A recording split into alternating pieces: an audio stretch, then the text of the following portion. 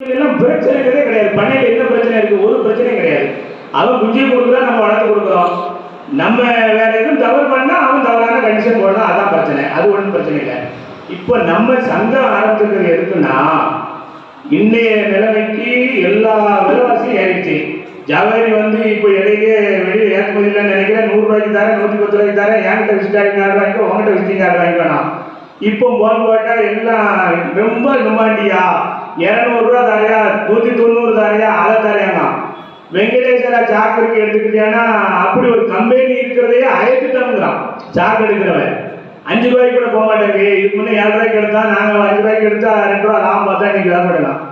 நம்ம இப்போ இந்த சங்கம் ஆரம்பிச்சிருக்கிறது, நம்மளோட பொருளாதாரம் எதை எடுத்தாலும் விலை மலிவு, நாம் வாங்குற எந்த பொருளை எடுத்தாலும் விலை கூட.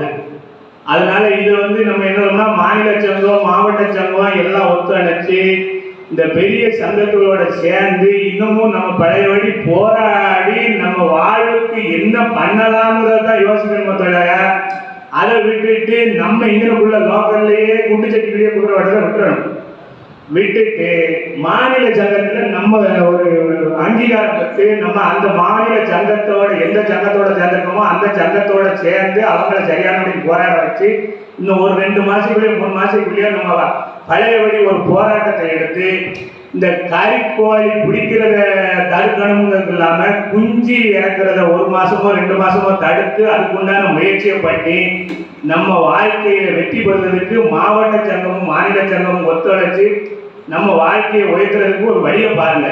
இதை சும்மா நீங்க சொன்ன மாதிரி கூட்டணும், ஒரு வருஷத்துக்கு ஒரு கூட்டணும், பிரியாணி வந்து 100 ரூபாய் கொடுத்தா சாப்பிட்டு சங்கம் நல்லா இருக்காது.